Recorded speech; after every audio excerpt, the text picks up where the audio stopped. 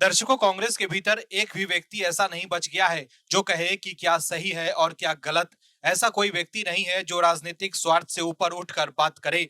कोई ऐसा व्यक्ति नहीं है जो कहे कि जी हम देश के साथ इस दुख की घड़ी में पूरी ईमानदारी के साथ खड़े हैं। कोई व्यापक परिदृश्य में देश के भीतर चल रही हलचलों के बारे में कांग्रेस के नेता बात नहीं करना चाहता है। यानी कि पार्टी के नेता सिर्फ राजनीतिक बयानबाजी करना चाहते हैं और अपने राजनीतिक हितों को साधने की कोशिश करते हैं। तभी तो कांग्रेस के शीर्ष नेतृत्व द्वारा समर्थन दिए जाने के बाद भी कांग्रेस के नेता सरकार को कोस रहे हैं। लेकिन कोई कांग्रेसी सही बात करता है तो पार्टी के नेता अपनी भक्ति साबित करने के लिए उस नेता के पीछे लग जाते हैं। पहलगाम पर जिस तरह से कांग्रेस के कुछ नेताओं ने बयान दिया है वो वाकई हैरान करने वाला है।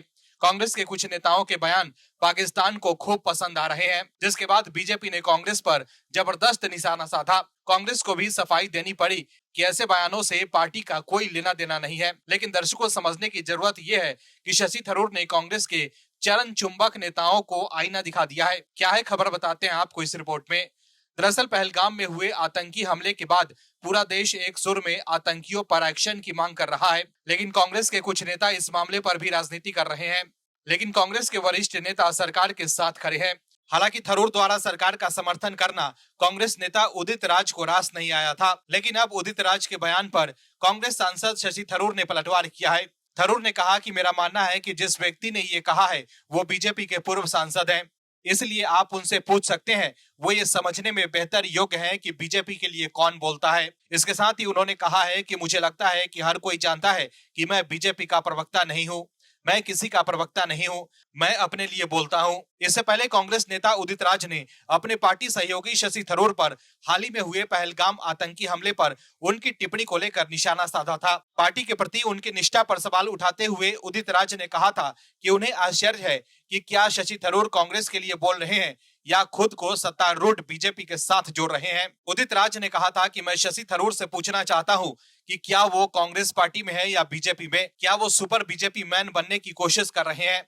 उदित राज की टिप्पणी शशि थरूर द्वारा ये कहे जाने के एक दिन बाद आई है कि पहलगाम आतंकी हमला खुफिया विफलता या परिणाम हो सकता है और इसकी तुलना 7 अक्टूबर को इजराइल पर हमास के हमले से की गई।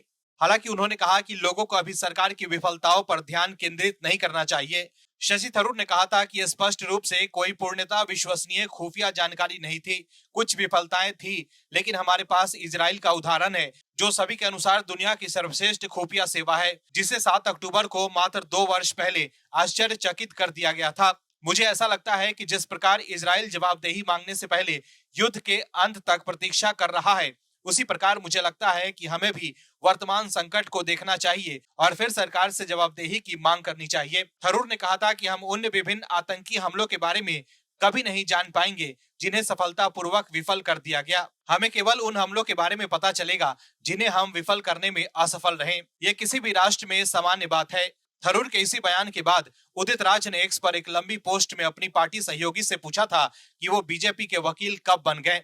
लेकिन अब शशि थरूर ने उदित राज को करारा जवाब दे दिया है। दर्शकों, अगर कोई नेता देश हित को लेकर बात करता है तो कांग्रेस के नेता उन पर बीजेपी से मिले होने का आरोप लगा देते हैं। वहीं अब तो कांग्रेस पीएम मोदी के सिर को गायब दिखा रही है, जिसके बाद बीजेपी ने कहा है कि ऐसे समय में जब पीएम मोदी पाकिस्तान को कड़ा संदेश दे रहे हैं, ऐसे वक्त में कांग्रेस ने पीएम मोदी की बिना सिर वाली फोटो शेयर की है।